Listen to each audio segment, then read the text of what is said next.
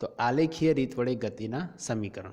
तो जो कोई वस्तु सुरेख पथ पर अचल प्रवेगथी गति करती होय तो तेना वेग, गति दरमियान तेना प्रवेग तथा तेना द्वारा निश्चित समयगाळा दरमियान कापेल अंतर वच्चेनो संबंध समीकरणों द्वारा स्थापित करी शकाय छे, जेने गतिना समीकरणों कहे छे।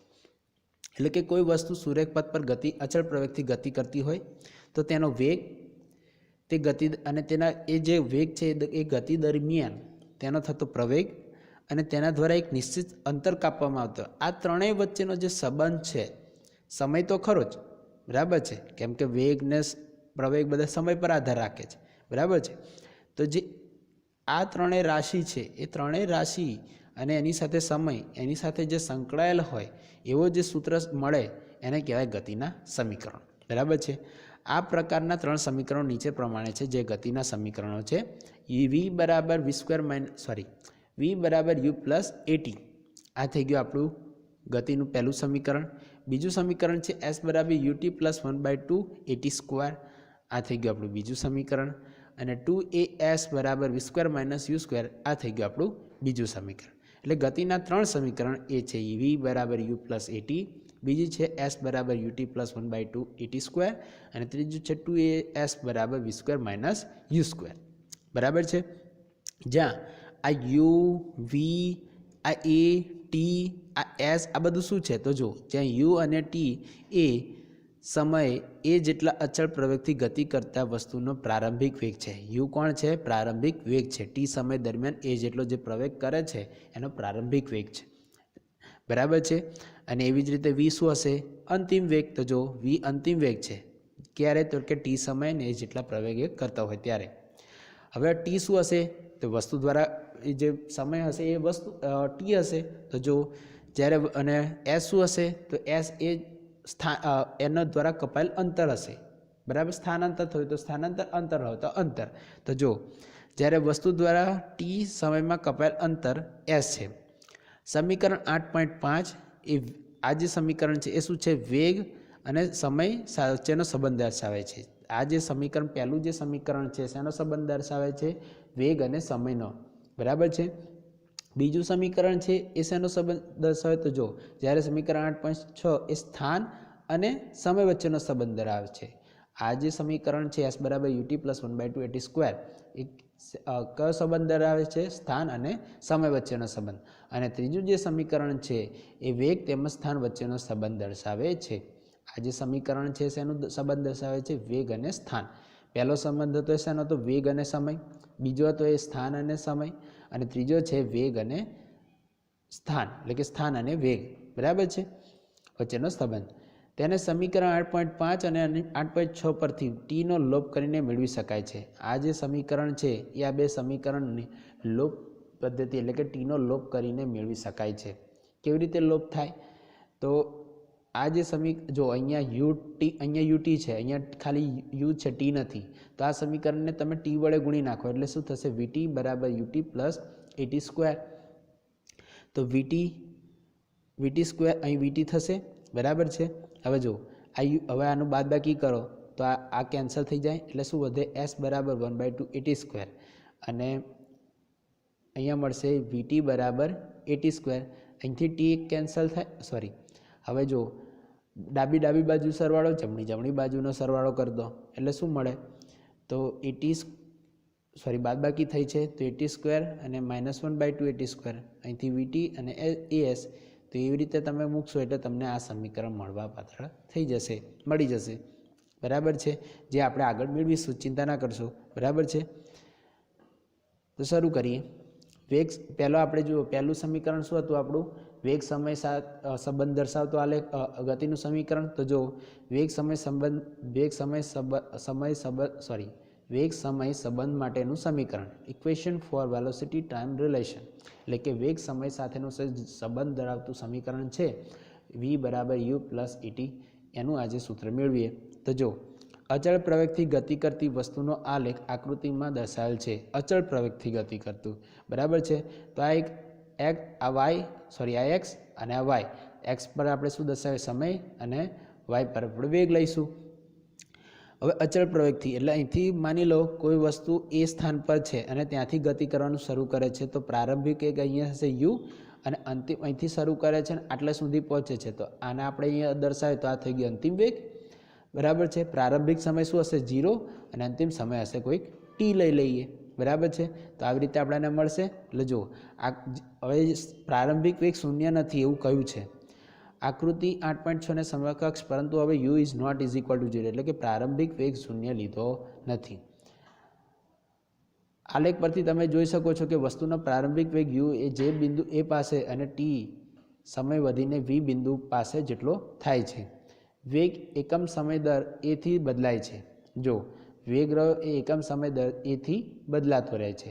આકૃતિ 8.8માં બિંદુ બી થી બે લંબ બીસી અને બી અનુક્રમે સમય તથા વેગની અક્ષો પર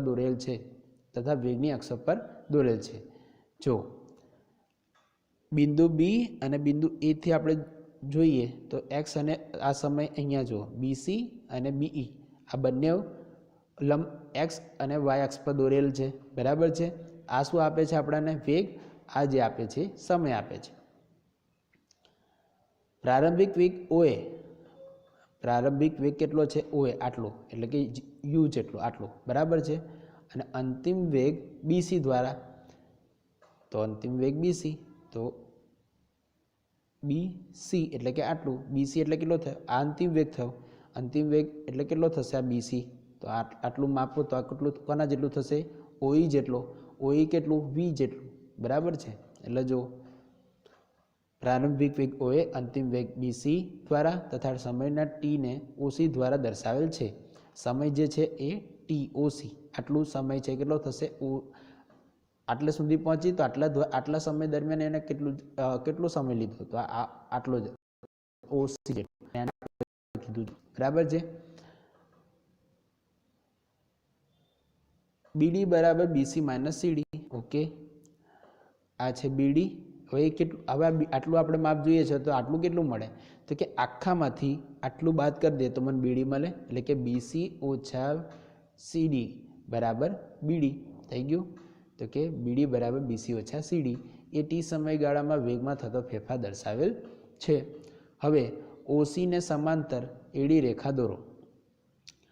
ઓસીને સમાંતર એક એડી રેખા દોરી તો આ થઈ ગયું, જેનાથી આ શું બનશે? એક ઢાળ મળી જશે, અહીંનો ત્રિકોણ મળશે, બરાબર છે.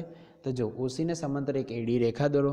આલેખ પરથી આપણે જોઈ શકીએ છીએ કે બીસી બરાબર બીડી વત્તા ડીસી, બીસી બરાબર બીડી વત્તા ડીસી એટલે કે આખું કોના જેટલું થશે? આ બીડી અને આ ડીસીના સરવાળા જેટલું. બીડી વત્તા ઓએ અને ડીસી બરાબર શું થશે? ઓએ જેટલો. કેમ કે આ એક લંબચોરસ છે અને લંબચોરસની સામસામેની બાજુઓ કેવી હોય? સમાન. તો એઓ બરાબર ડીસી એટલે કે બીસી બરાબર બીડી વત્તા એઓ. ઓકે, હવે બીસી બરાબર જુઓ અહીંયા આખું બીસી બરાબર શું છે? તો કે ઓએ એટલે એ થઈ ગયું વી અને એઓ બરાબર છે યુ. તો જો કિંમતો મૂકીએ બીસી બરાબર વી, ઓએ બરાબર યુ મૂકતા તો વી બરાબર, હવે આ સમીકરણમાં બીસી બરાબર શું? વી અને બીડી એમના એમ વત્તા ઓએ એટલે યુ. ઓકે, એટલે બીડી બરાબર તમને મળશે. હવે આને આ સાઈડ લઈ જાઓ એટલે કે વી માઇનસ યુ મળે, બરાબર છે. એટલે કે બીડી બરાબર વી માઇનસ યુ. આગળ જોઈએ. હવે વેગ સમય આલેખ પરથી વસ્તુના પ્રયોગની નીચે પ્રમાણે માપી શકાય. કેમ? તો કે પ્રવેગનું સૂત્ર શું છે? પ્રવેગનો વેગમાં થતો ફેરફાર ભાગ્યા સમય. અને વેગમાં થતો ફેરફાર કેટલો છે? તો જો વેગમાં આટલો ફેરફાર થાય છે, આટલો બીડી જેટલો. તો જો બીડી ભાગ્યા એડી આ થઈ ગયો વેગમાં થતો ફેરફાર અને એના માટે લાગતો સમય એડી. હવે જો આ બીડી અને આ એ બંને સમાન થશે. કેમ કે આ પણ એક લંબચોરસ છે અને લંબચોરસની સામસામેની બાજુ સમાન એટલે એ અને એડી અને ઓઈ સમાન થશે. કેમ કે આ પણ એક લંબચોરસ છે કે લંબચોરસની સામસામેની બાજુઓ સમાન. એટલે જો બીડી ભાગ્યા ઓસી થઈ ગયું. હવે બીડી એટલે કેટલા? તો કે વી, કાં તો બીડીને રવા દો એમને એમ, બરાબર છે. કેમ કે અહીંયા આપણી પાસે બીડી છે વી માઇનસ યુ, બરાબર છે. તો બીડી એમને એમ રવા દો. ઓસી બરાબર ટી, એ તો સમય ટી જ છે. તો ઓસી બરાબર ટી મૂકતા તો એ બરાબર બીડી ભાગ્યા ટી અને બીડી બરાબર એટી. હવે બીડી બરાબર શું છે? વી માઇનસ યુ. તો વી માઇનસ યુ મૂકી દઈએ તો યુને આ સાઈડ લઈ જાઓ એટલે કે આવું કંઈક થશે. જો સોરી બીડી બરાબર એટી અને આગળ આપણી પાસે બીડી બરાબર મળ્યું વી માઇનસ યુ બરાબર એટી. હવે આ યુને આ સાઈડ લઈ જાઓ એટલે શું થઈ જાય વી બરાબર યુ પ્લસ એટી. તો આ થઈ ગયું આપણું પહેલું ગતિનું સમીકરણ, વેગ સમય સાથેનો સંબંધ દર્શાવતું. બરાબર છે. એટલે જો વી બરાબર યુ પ્લસ એટી મળે. બીજું સમીકરણ છે સ્થાન સમય સંબંધ માટેનું સમીકરણ. બરાબર છે. કયું સમીકરણ? તો કે એસ બરાબર યુટી પ્લસ 1/2 ઇટી સ્ક્વેર. તો જો equation for position time relations. ધારો કે વસ્તુ એ જેટલા અચળ પ્રવેગથી ટી સમયમાં એસ જેટલું અંતર કાપે છે. વસ્તુ એ જેટલો પ્રવેગ કરે છે, અચળ પ્રવેગ છે, ટી જેટલો સમય લે છે, એસ જેટલું સ્થાનાંતર કરે છે. આકૃતિ 8.8 એટલે કે આ જ ગ્રાફની વાત છે. બરાબર છે. આકૃતિ 8.8 આ જ આલેખને આપણે ધ્યાનમાં લેવાનો છે. બરાબર છે. તો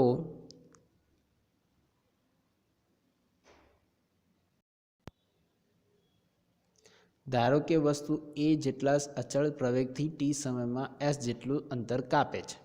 બરાબર છે. ઓકે. એ જેટલા અચળ પ્રવેગથી ટી સમયમાં એસ જેટલું અંતર કાપ્યું છે. અને આકૃતિ 8.8માં વસ્તુ દ્વારા કપાયેલ અંતર વેગ સમયમાં આલેખ એ બી નીચે ઘરેલ ભાગ ઓ એ બી સીના ક્ષેત્રફળ દ્વારા પ્રાપ્ત થશે. કેમ કે આપણે અંતરવેગના આલેખમાં જોયું હતું કે કાપેલ સ્થાનાંતર અને અંતર કેટલું હોય, તો કે જે આલેખ હોય એના જે સમય અક્ષ કાં તો કે જે એક્સ અક્ષ સાથે જે આકૃતિ બનાવે, બરાબર છે, અને એના જેટલું ક્ષેત્રફળ થાય એ આકૃતિ પ્રમાણે એટલું જ એનું અંતર કે સ્થાનાંતર થશે. તો જો આના દ્વારા જેટલું આપણે અહીંયા આ રીતે આકૃતિ દોરીએ તો આ એક ત્રિકોણ અને એક લંબચોરસ, અને એના દ્વારા જેટલું આપણને આ ક્ષેત્રફળ મળે એ ક્ષેત્રફળ દ્વારા કપાયેલ ક્ષેત્રફળ જેટલું મળે એ ક્ષેત્રફળ એટલે કપાયેલું અંતર.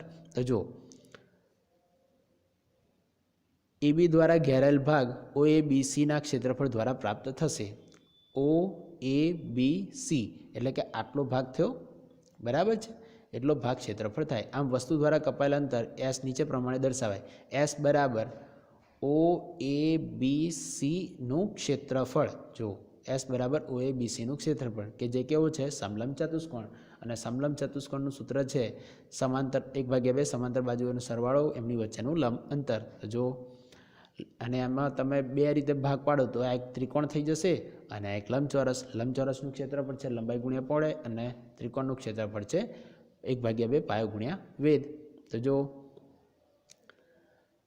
લંબચોરસ ઓ એ ડી સીનું ક્ષેત્રફળ વત્તા ત્રિકોણ એ બી ડીનું ક્ષેત્રફળ. બરાબર છે. જો લંબચોરસ એ બી ડી એ ઓ સી ડીનું ક્ષેત્રફળ અને એ બી સીનું ત્રિકોણનું ક્ષેત્રફળ. તો ઓ એ ગુણ્યા ઓસી, ઓ એ ગુણ્યા ઓસી, લંબાઈ ગુણ્યા પહોળાઈ થઈ ગયું, વત્તા 1/2 પાયો ગુણ્યા વેધ, 1/2 ગુણ્યા પાયો કોણ થશે એડી અને વેધ બીડી. બરાબર છે. કેમ કે એક કાટકોણ ત્રિકોણ છે એટલે જો 1/2 એડી ગુણ્યા બીડી. હવે ઓ એની કિંમત છે ઓ એ યુ.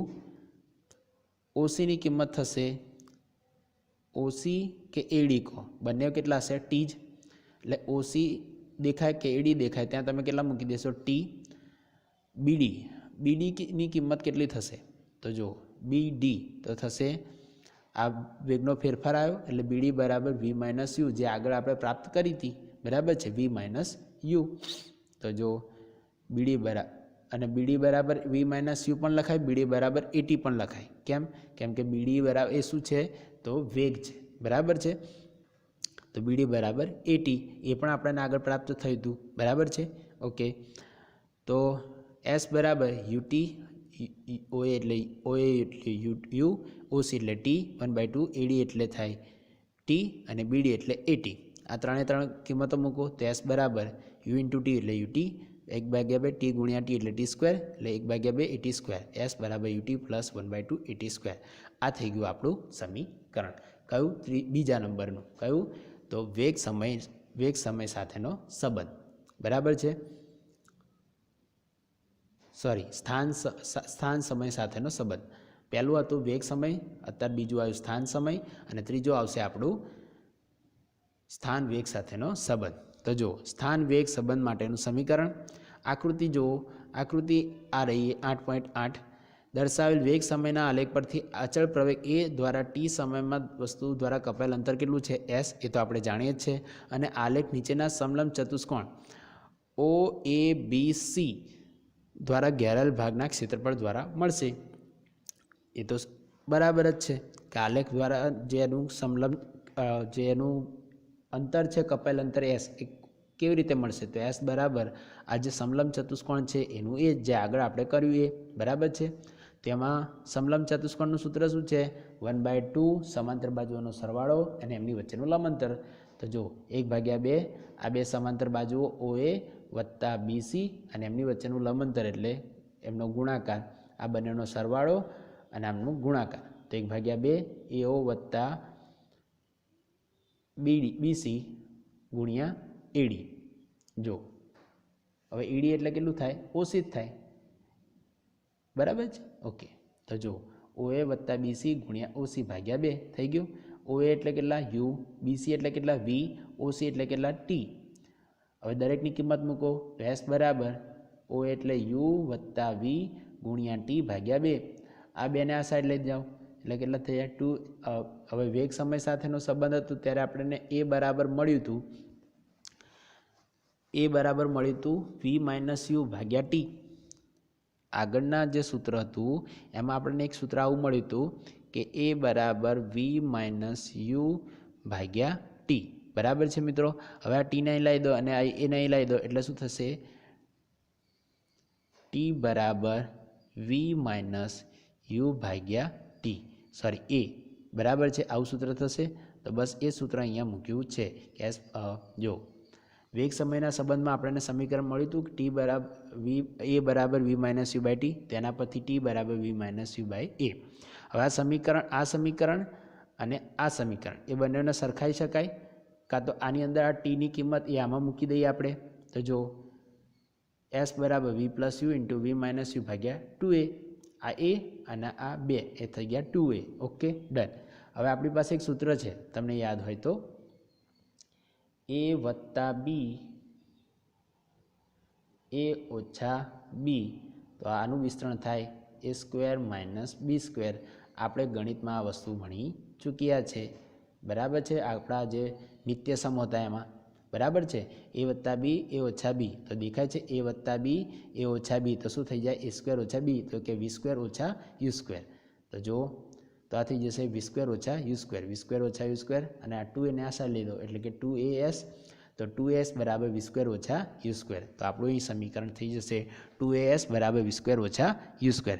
આ થઈ ગયું આપણે સ્થાન વેગ કાં તો વેગ સ્થાન સાથેનો સંબંધ દર્શાવતું ગતિનું ત્રીજું સમીકરણ. એટલે ગતિના 3 સમીકરણ મળ્યા. પહેલો વેગ સમય સાથેનો સંબંધ તો કે V બરાબર U પ્લસ ET.